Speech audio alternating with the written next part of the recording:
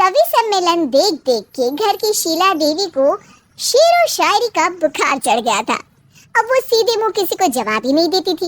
उनके पति और उनका बेटा तो काम करने घर से बाहर चले जाते थे और उनकी शायरी झेलनी पड़ती थी बहू रेणु को।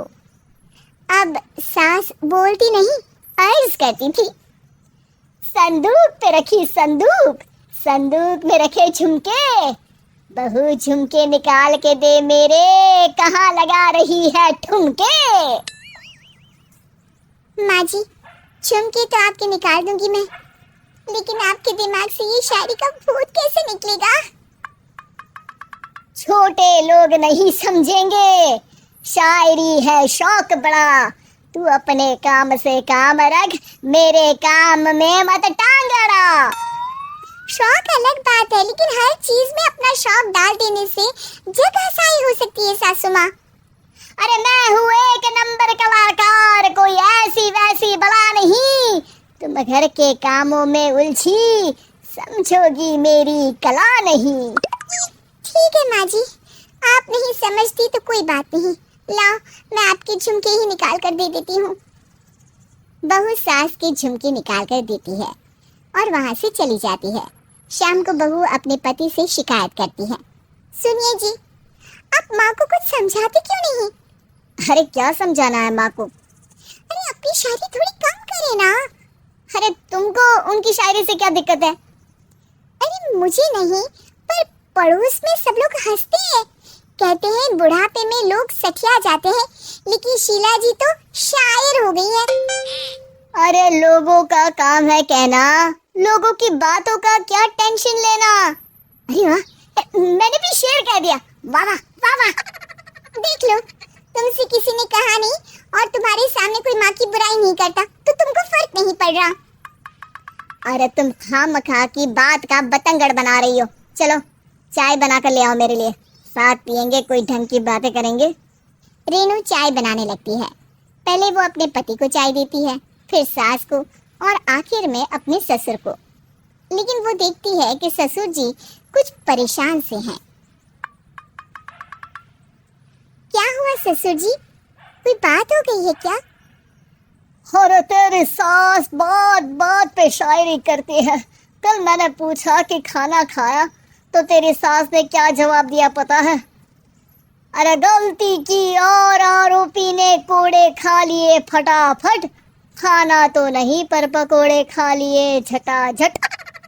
अब बता क्या जवाब दूं इस बात का? वो तो सभी से शायरी में ही बात कर रही है, मुझे भी समझ में नहीं आता कि क्या करूं मैं। बेटा उसको उसी की भाषा में जवाब देना पड़ेगा, मैं तो आम बातचीत में भी उसके सामने कुछ नहीं बोल पाता, शायरी में क्या बोलूंगा भला। ससुर ने जैसे ही कहा कि उसको उसी की भाषा में जवाब देना पड़ेगा, बहू को ये बात जच गई। अगले ही दिन वो शायरी की कुछ किताबें लेकर आई और शायरी की प्रैक्टिस करने लगी ताकि सास को उन्हीं की भाषा में जवाब दे सके। उसने दिन रात एक कर दिए। एक दिन सब साथ में बैठकर टीवी देख रहे थे, तभी रेणु सबके लिए बिरयानी बनाकर लाती है, लेकिन सास को बिरयानी भाती नहीं। कौवा करता काऊ काऊ, चिड़िया बोलती ची ची, इतना खराब बिरयानी बनाई है कि मुंह से निकले छी छी। बस इसी मौके का तो बहू को इंतजार था, क्योंकि अब बहू सास को उसी की भाषा में जवाब देने के लिए तैयार थी। माँ जी, हमको अपनी ये बेकार शायरी ना सुनाइए, जैसी भी बनी है बिरयानी चुपचाप खाइए। ससुर जी और रेणु के पति ने रेणु का जवाब सुनते ही जोर से ताली बजाई और सास ने जब रेणु का शायराना जवाब सुना तो उनके गले में बिरयानी अटक गई। बहू ने एक और शायरी का तीर छोड़ा। शायरी में बहू के सामने सास हो जाएगी ढेर, क्योंकि सास मारेंगी एक शेर तो बहू मारेगी 1.25 शेर। सास को छोड़ के सब वाह वाह करने लगते हैं। आज पहली बार सास को नहले पे दहला मिला था और रेणु ने सास का मुंह चुप करा दिया था। अगले दिन रेणु का पति उससे कहता है, अरे वाह, तुमने तो माँ की बोलती बंद कर दी, मजा आ गया। अब मेरे लिए कुछ बना दो, खाकर मैं काम पर चला जाऊं। शायरी ही है मेरा जीवन, वही करूंगी जी भर के। नौकरानी रख लो कोई, काम नहीं करूंगी मैं घर के। अरे तुम क्या माँ जैसी हरकतें करने लगी, सीधी सीधी बात करो ना। हो गई कल शायरी, रोज थोड़ी ना करोगी। शीशी भरी गुलाब की पत्थर पे फोड़ दो, जो मुझे शायरी से रोके उसके कान मरोड़ दो। पति घबराकर वहां से चला जाता है और बाहर उसके पिताजी के पास जाकर बैठ जाता है।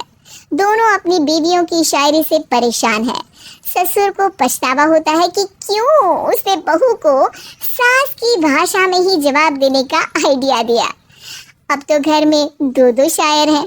दोनों एक साथ दुखी स्वर में कहते हैं, हम दोनों की ही बीवियां जब से शायर हो गई है, क्या बताएं जिंदगी एक फटा हुआ टायर हो गई है।